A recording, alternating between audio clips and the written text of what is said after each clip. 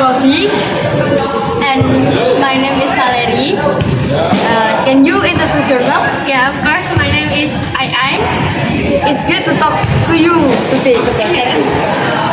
May I record our conversation for my notes? Yeah, of course. Would you be okay with that? It's okay. What motivated you to participate in the competition? What is motivated me is my family who encouraged me to join competition and gain more experience. How did you feel when you found out you won? I felt really happy, and when I found out, I felt it so worth it. What is the most challenging part of the competition for you? The most challenging part is staying focused and consistent during the practice. How do you stay organized and focused when working on a project of this? So I stay organized